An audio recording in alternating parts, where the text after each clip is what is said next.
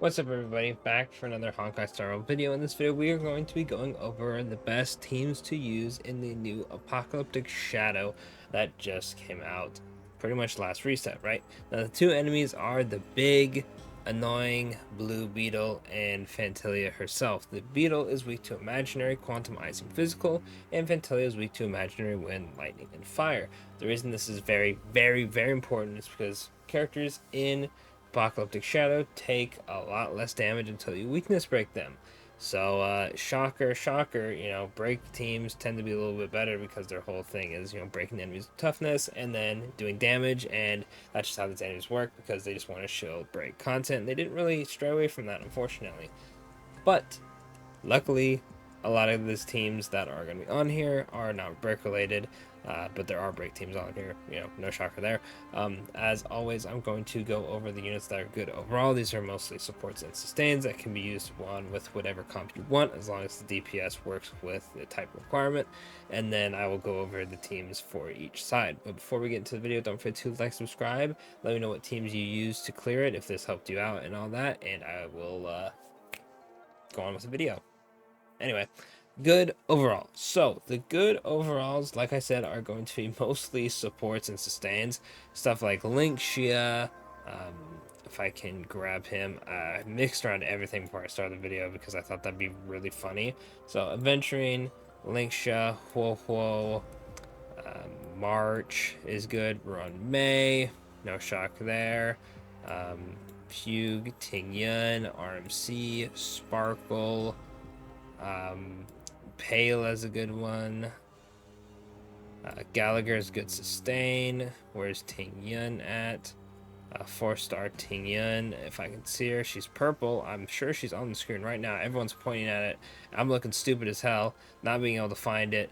I'm actually blind. Wait, is it actually on here? Hang on. I was doing it for the bit at first, but now I actually can't find it. Anyway, Ting Yun? Whatever, she'll pop up eventually.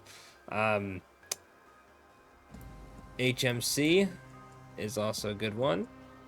We have, oh my god, that actually confused the hell out of me not finding her. Jiao Q's another good one. Fu Xuan's another good one up here. Firefly and Rappa, I didn't really want to put DPSs on here, but they're both really good for this one. Topaz also good for follow-up. It's mostly because Firefly implants fire weakness on these two. Rappa can hit them regardless. They're also just weak to imaginary off rip anyway, so they're just overall really good there. I actually can't find Ting Yin. Did I already put her on? Oh, I did. I did put her on. Oh my gosh, I instinctively grabbed her when I grabbed Fugue. That is so funny. No wonder I couldn't find it. Oh my lord. Anyway, these units are the overall good units. They're pretty damn I mean, they're just pretty good. There's not much else to say. In terms of any other units, I'm pretty sure I grabbed them all. I should have reordered this before because they were in chronological order of coming out, and then I decided to move them before I finalized the video. So, oh, Robin and Sunday, duh, hello. Anyway, like I said, pretty much any really good supporter, sustain, or some of the sub DPSs that are also supporting, like Topaz, are up here, right? They're just overall, you put them with your DPSs and you're good to go. Then on to the actual teams you will be running for the first two halves. Now, the first one, the three that come to mind are Herda. She literally was just made for it. There's literally an irradiation buff in there.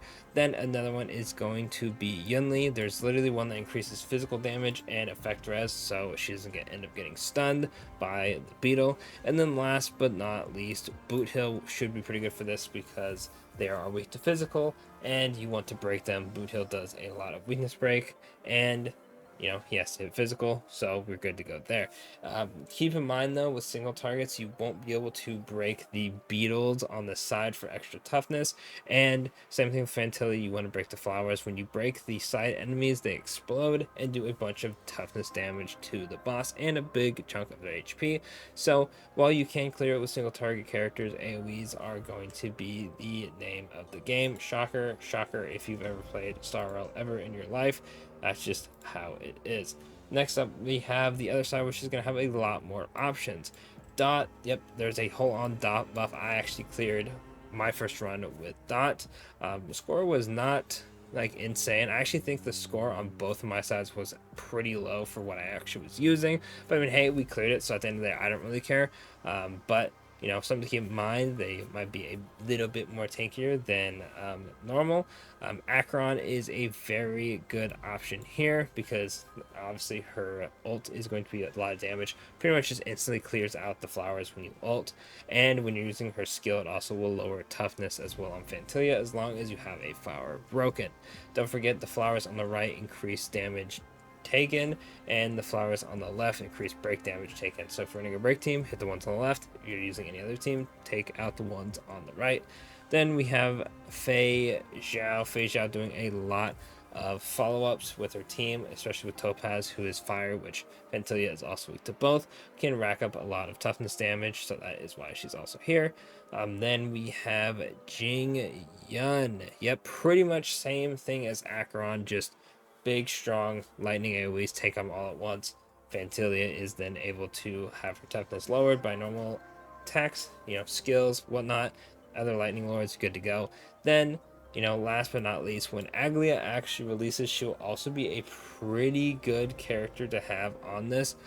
She will be more single target oriented, so it's going to be a lot of stuff like phase outs. Pretty much just broken record with phase outs where Aglia will be good, but you have to keep in mind the fact that she's going to, you know, not be able to take out all of the flowers at once, so you won't get a big toughness burst of effects like you would when you're using someone like, you know, Acheron, Jingyun, or even like, you know, the Herda on the first side who has a AoE attack, right?